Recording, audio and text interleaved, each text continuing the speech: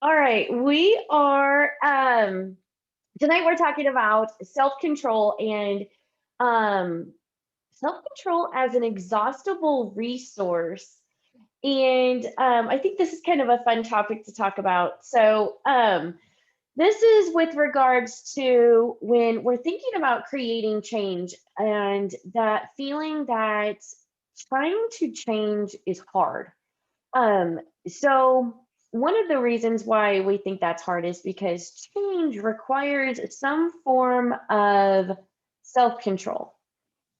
Um, so what does that mean? Well, when you think about it, it's things that you do automatically, like take a shower, um, anything that you can do with not even having to think too hard about it. I don't Make think your we're live. coffee. Make your morning coffee or your morning tea. We're Uh, not live. we're not live, but we are recording. We're recording. All right. We are recording. So, yeah, okay. So, taking a shower, making your coffee, right? Like you can do that with one eye open. You don't even hardly have to think about it. So, think about something, it could be as simple as the passcode to get into your phone. You put that in your phone 100 million times a day. You also, um, you also do that. Maybe it's your computer. You log back into your computer, or there's maybe a website that you do on a regular basis, and you don't even have to think twice. Then think about what happens on the day that you change that passcode or that password or your pass sequence, whatever it is, right? That you do. What happens that day that you do that? Then that whole day, you spend half the day, every time you go to do it, it's no longer automatic. It requires you to take pause. It requires you to think about what it is that you're trying to do. Remember, wait, I just changed my password. What did I make it? And now you've got to redo it. And what happens if you try too many times and you have too many failed attempts? You lose something. It could be you get locked out. It could be your phone resets to factory reset. That's a fun one. Um, it could be, any number of things, right? Like technically you could be losing something you just saved, whatever the scenario, right? So that required some form of self-control. It was not automatic. So when we think about self-control, the problem is that self-control requires a lot of energy. So when we're trying to adjust to some type of change, maybe it's trying to create a healthier lifestyle. You're wanting to lose weight, you're wanting to adjust your diet. Um, that then requires you to focus on, okay, what am I going to fuel my body with to really tune into your body, what you're needing to eat, tune into your portion control, um, all those things. And a lot of times, what we hear from people is, well, by the time I get home from work, I'm just exhausted. I'm too exhausted. And for me to then worry about what I'm eating or how I'm eating or what my portion size is just too much for me to even think about or deal with. And oftentimes, what we find is that those people who are experiencing that portion of struggle in making a change is that either they are often overworked, they are not establishing those proper boundaries for themselves. Maybe they don't work extremely long hours, but it's highly likely they are not taking much needed self-care breaks. They're maybe not taking their lunch or they're eating lunch at their desk. Whatever that is, in which they are having to perform such strategic, self-controlled um, movements and thoughts and actions all day long that by the time they do get home, in order to create then some form of self-control around their mealtime or their diet, it's just too much. Right. Because the truth is that you don't have a vast, everlasting amount of energy to put towards self-control. I agree with you. And my husband just walked in with his arm up, and I'm like, what are you doing? Are you being taken away? Are you praising God? What are you doing? And what he was telling me is everything that you described is him. And I see it every single, sorry, my eye itches because I live in the allergy capital of the world. Everything that you have just described is him to a T. If he did not have me, he would be on the phone to the local pizza place every night, and he would probably be as wide as he is tall, because he doesn't, as he would say, I don't have the brain to think about it. Well, Right. y'all, there are some steps that you can take. You can, I was in that position myself. I do believe Jen was. And we decided we were going to control the chaos and not let the chaos control us. And I have a coach that I deal with, and what he does, I'll fill you in on what he does in a minute, but it's very interesting the way he uses chaos to kind of mix up his routine and get him more focused. So I'll run through that in just a minute, but I agree with you. And I know that Coach Jen, when you were going through your weight loss journey, you learned how to prep food. You learned how to have everything on hand that you needed to just pull it out of the fridge when you got home, so that you had a healthy meal for you and your son. And you prepped lunches too, I believe, right? Oh yeah. And breakfast? Yep. And so there was no excuse. You had everything planned out and everything was rocking and rolling. Now, I am a little bit slower. I mean, I can do math. Don't get me wrong. I'm one of those engineer kids, but book smart, girl, I got you. But the practical stuff, I'm on struggle all day long. And it wasn't until I learned how to just figure out what protein I was going to have every night. And then that was it. And once I figured that out, lather, rinse, repeat. And if anybody's watching, if you want to know how to do that, we will point you in the right direction to that coach. She's phenomenal. And once I learned the basics, it was easy. But that self-control still flummoxed me.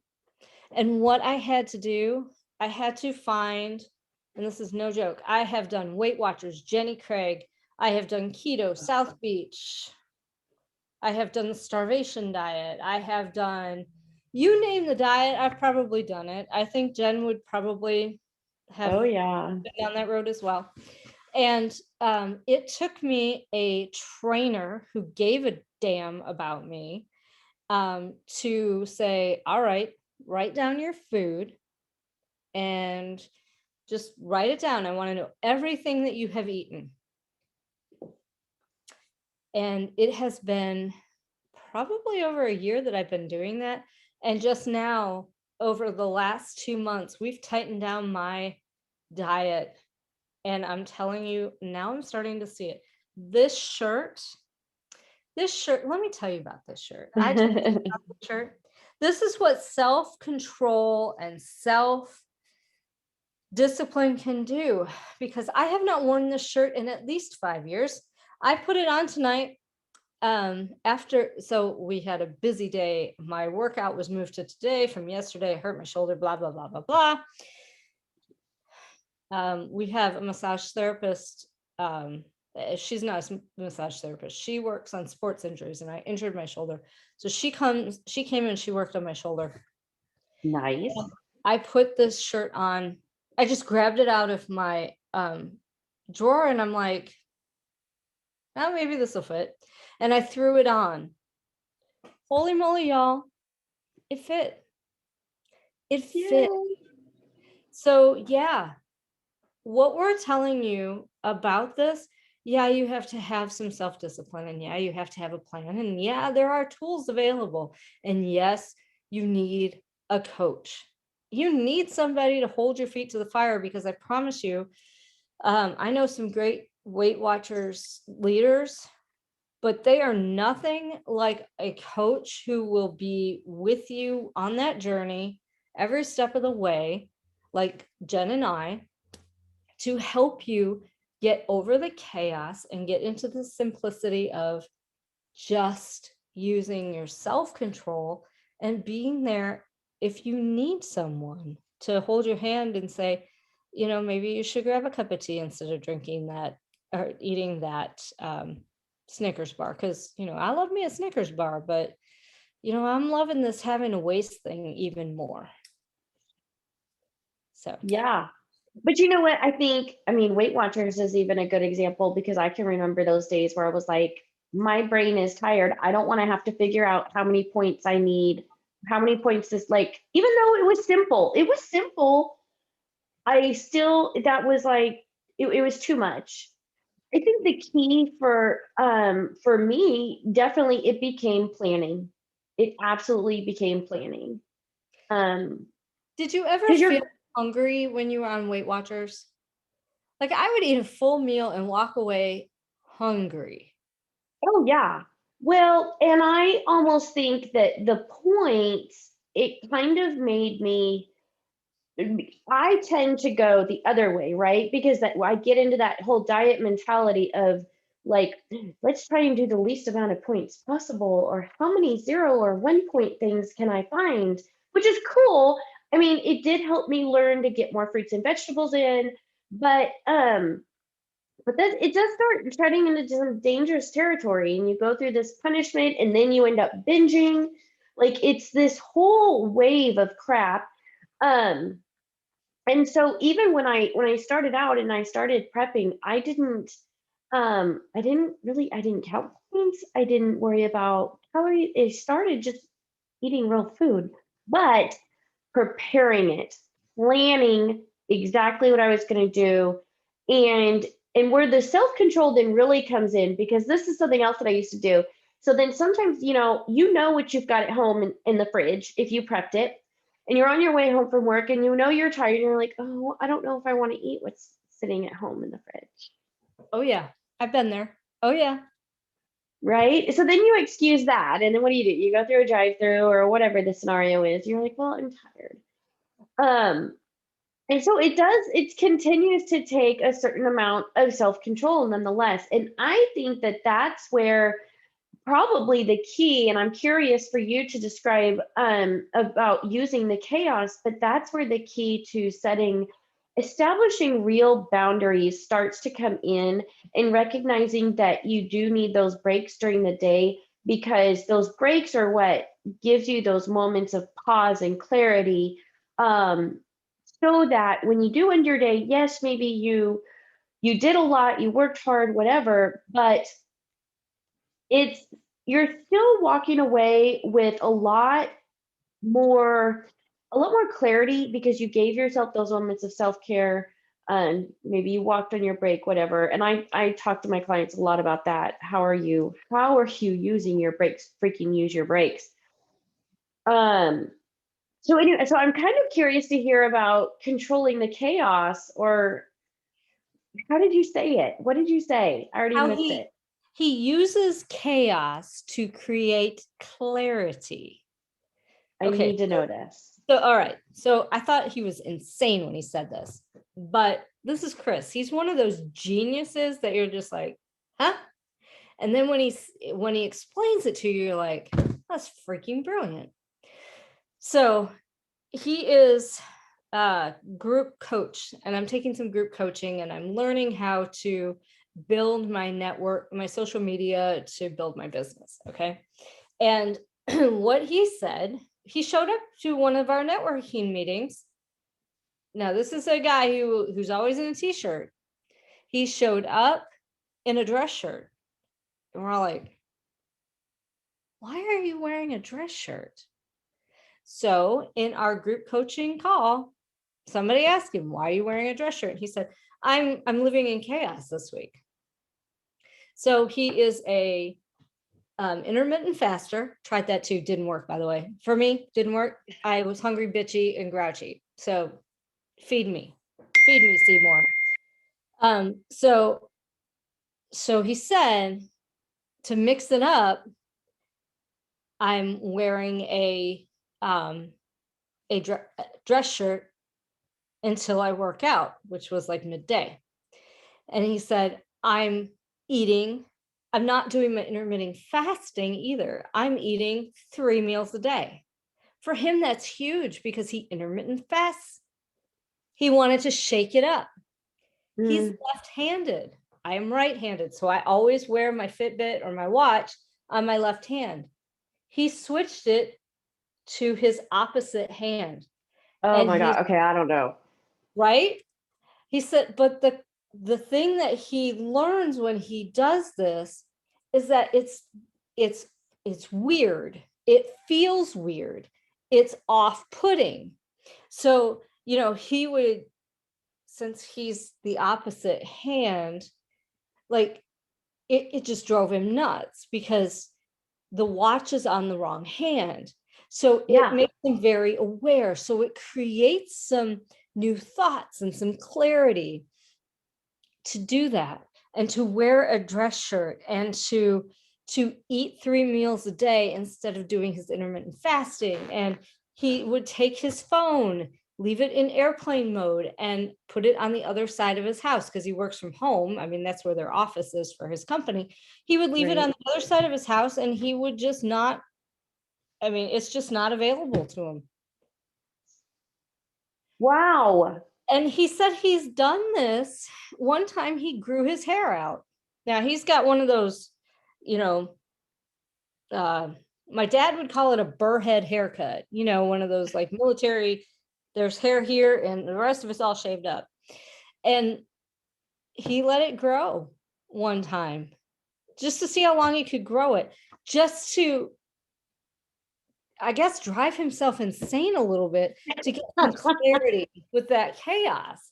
So, I think there is something to that. I wouldn't recommend upending your entire life, but maybe try wearing your watch on, or a Fitbit on the other hand. It's not like super uncomfortable, but it is noticeable that there is something on there. Now, I do wear bracelets on this hand, but I don't wear my watch. My watch has always been on my left hand. I am right-handed, but I do an awful lot with my left hand. And when I hurt my shoulder this week, I didn't realize how left-handed I am. Some days I eat completely with my left hand. So sometimes using that chaos can create some of that self-control that you are craving just by virtue of the discipline that it takes to kind of overcome that chaos that you're putting into your life. And I mean, it's not like huge things either. It's just, oh, something's different. Yeah. So it's just a different thought, but it's just that different to kind of be like, maybe we should try this. I like it. I like, and we do different things like that at the gym sometimes where, maybe, because people get used to a certain routine and your body will adjust to a certain workout routine. Like that's why you have to change things up. You sometimes you play with your diet. Sometimes you play with the timing of your meals. Sometimes you play with certain food groups. It's all about the timing and the how and all of that. And so we do the same thing at the gym, and sometimes we'll do things in reverse order or just whatever, because our bodies do get so comfortable and adjusted and adapted, and you sometimes you do need that little bit of discomfort to push you honestly to do the next thing. So excuse me.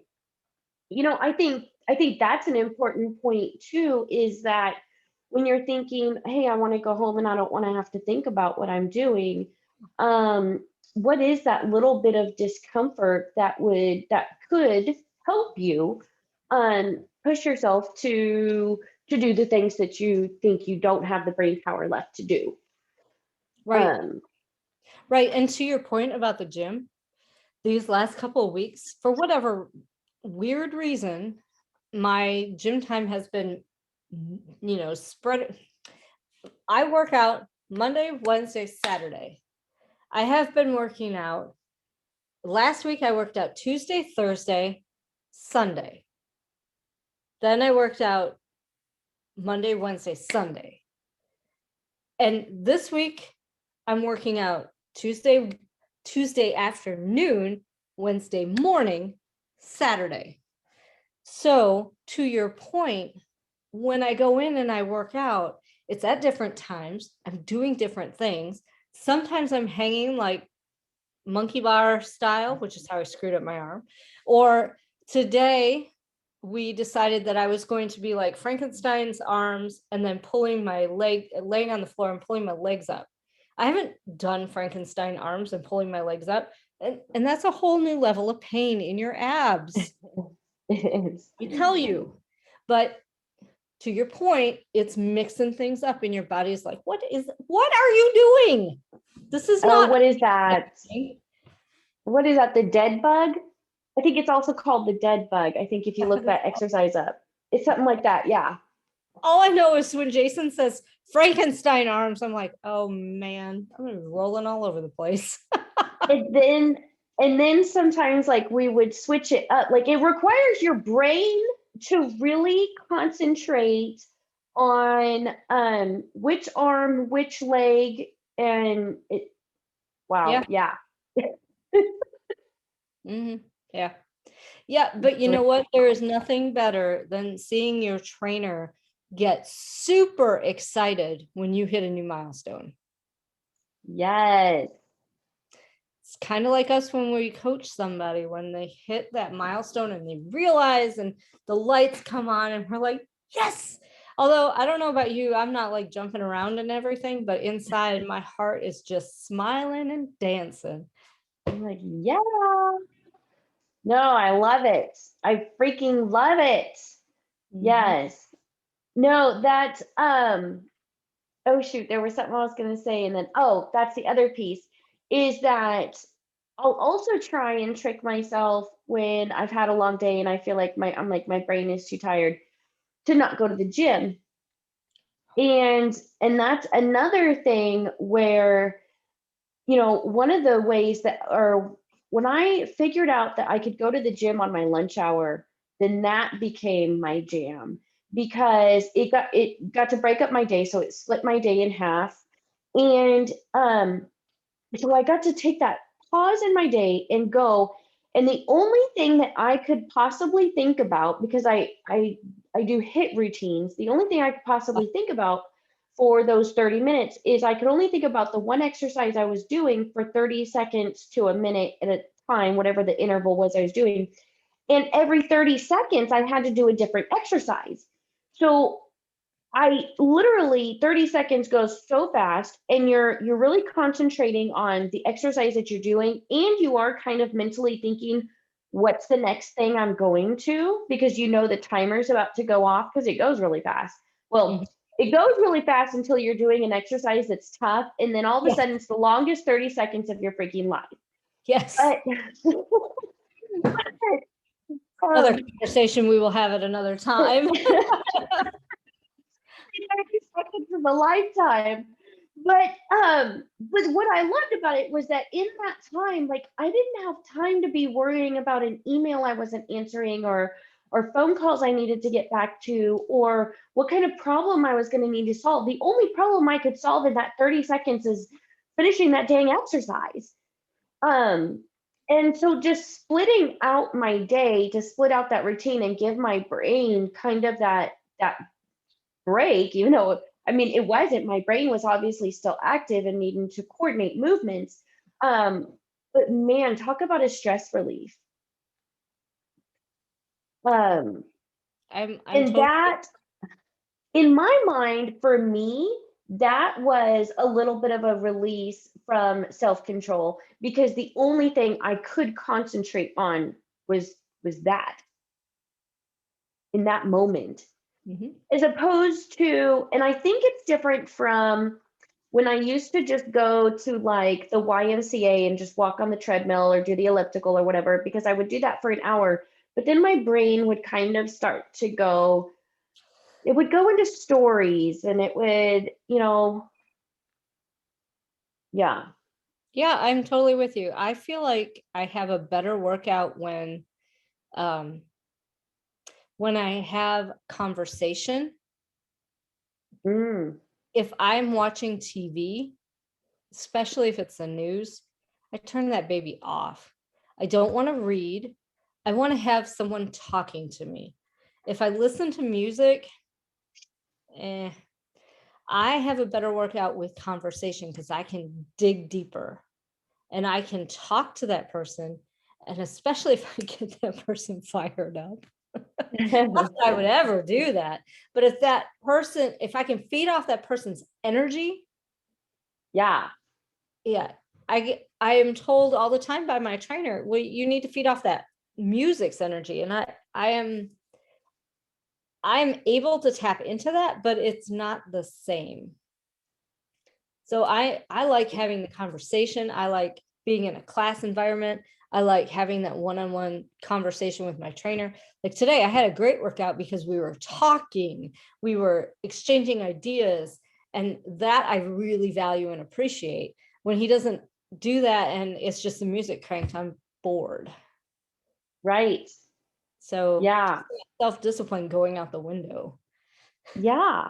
No, I so agree. All right. Well, I think I hope these tips about why it feels like trying to change something can be so hard, and what we mean by self-control is exhaustible. Um, and I know we've talked before about setting boundaries, and we can that might be another topic that we'll talk about at some point too, is how how to establish some of those boundaries so that you don't feel so exhausted. Yes. Um, because, you know, working the longest amount of hours in your office doesn't necessarily make you the best employee. And So, I would argue that it doesn't make you a good employee at all. at all. It No, it makes really you doesn't. it makes you exhausted, it makes you cranky, and it makes, if you're my husband, it makes your wife want to smack the tar out of you, Yeah. which I've had So, to do several times tonight. I'll smack the tar out of you. I'll smack the shit out of you. yeah. So, all right, everybody. So, thank you for tuning in. I am Jen Ingram, and I am Leanne Bonnell. thanks for tuning in to Take Your Life Back with Grit and Grace, and we will be back next week. Bye. Mwah.